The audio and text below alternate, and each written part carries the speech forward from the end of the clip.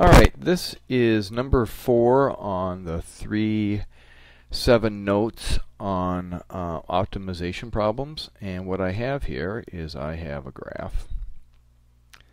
And this graph is a parabola. And its y-intercept is at a -4. And it has two x-intercepts. One is 2, and one is a -2. And it's going down, obviously. This is where -2 is. And over here. And the question is, what points on this graph, and I'll call these points right here x comma y, and so x comma y can move anywhere along this graph, is the closest to this point 0, 2. Well, 0, 2 is right here. So right here I have this distance, and I'm going to call it d, between 0, 2 and xy. Now xy can move all the way along here. So if you take a look, I can keep going down this direction, and the distance keeps getting bigger. And if I go down the right side, it keeps getting bigger. But I'm looking for where it's the closest. So I am looking to minimize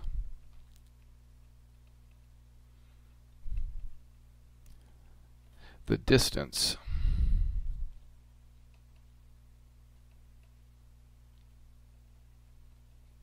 between xy and 0, 2.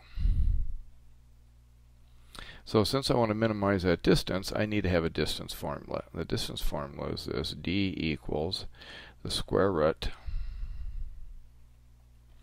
of x2 minus x1 squared plus y2 minus y1 squared. Okay, and so my points are the distance between x minus 0 squared, remember I'm getting these from these 2 points right there, plus y minus 2 squared. Well, the problem is I have 2 independent variables and I only want 1. So what I'm told is that y is equal to 4 minus x squared. So wherever I see a y, I can replace it with 4 minus x squared. So now I have this, that my distance is equal to the square root of x minus 0 squared plus, and instead of y, I'm going to be putting 4 minus x squared minus 2 squared. All right? So that gives me, for my first, again I got the square root. Over here, x minus 0 is x squared, is going to be x squared. Plus, over here I have 4 minus 2, which is 2, minus x squared. So what I'm going to have to do is square that by foiling. And I'm going to have x squared plus, now if I FOIL this, I'll get 4 minus 2 times a negative x squared is a negative 2x squared, and I have 2 of them, so I have a minus 4x squared plus x to the 4th. Now, in my simplest form, it looks like this. First of all, parentheses. I'm going to have x to the 4th minus 3x squared plus 4 raised to the 1/2 power. Alright, so that's my distance formula. I have one independent variable, that's x, so it's whatever my x value is on my x-axis, and I'm going to minimize that. The way I'm going to minimize that is I'm going to take the derivative of it, and the derivative is going to be 1/2 parentheses x to the 4th minus 3x squared plus 4, now to the negative 1/2, because I have to subtract 1 from the exponent, times, now I'm going to use the chain rule, 4x cubed plus 6x. And so I'm going to simplify this a little bit. Down here I'm going to have 2 times the square root of x to the 4th minus 3x squared plus 4. And up here I'm going to factor out a 2, and I get 2x. Actually, I'm going to factor out a 2x, and I'm going to get 2x squared plus 3. So in my simplest form, I'm going to have x times 2x squared plus 3. And down here I'm going to have the square root of x to the 4th minus 3x squared plus 4. And what I'm going to do is I'm going to first look at this denominator, because you got to remember that critical numbers can come, relative min and relative max can come from the numerator being equal to 0 and the denominator equal to 0. So I'm going to look at this denominator and I'm going to see where it is 0, because I can't factor that out, and I'm going to take a look at where that case exists. And let's see, can I factor that out? X squared, yeah, maybe I can. Well, let's take a look. Let's take a look at what it looks like. Let me go get a calculator here. And let me put that in there.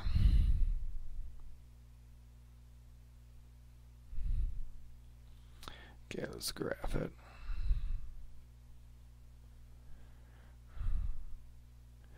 And delete what I have here. Okay, I have x to the 4th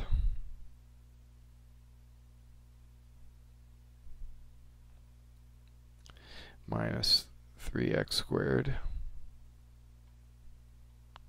plus 4, I think.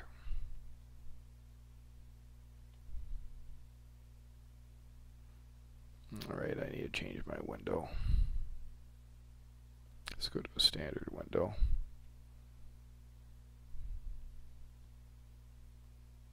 There, and you take a look, I have no x-intercepts, so I have no critical numbers in my domain because it's not touching the x-axis at all. So now the only thing I have to worry about is x being equal to 0 and 2x squared plus 3 equal to 0, and that gives me 2x squared.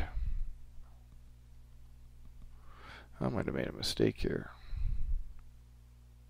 Oh, this should be a minus 6x, and I bet you that's what you guys are screaming about, because I can hear you all the way over here. So let me get a brush, and I had made a mistake. This should be a minus sign here.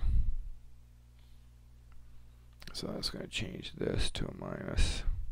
It's going to change this to a minus. I think I'm okay now. So I'm going to change this here. Oops, I got to change one more spot right here. So I have this being a minus. So 2x squared is equal to 3. X squared is equal to 3 halves. So x equals plus or minus the square root of 3 halves. Alright, so I'm going to do my test here, my interval test, and notice that since I could go anywhere up and down this axis, x, my domain, goes from negative infinity to positive infinity. Alright, I'm just because I can connect and come up with distances that way. So my interval is going to go from negative infinity to negative square root of 3 over 2.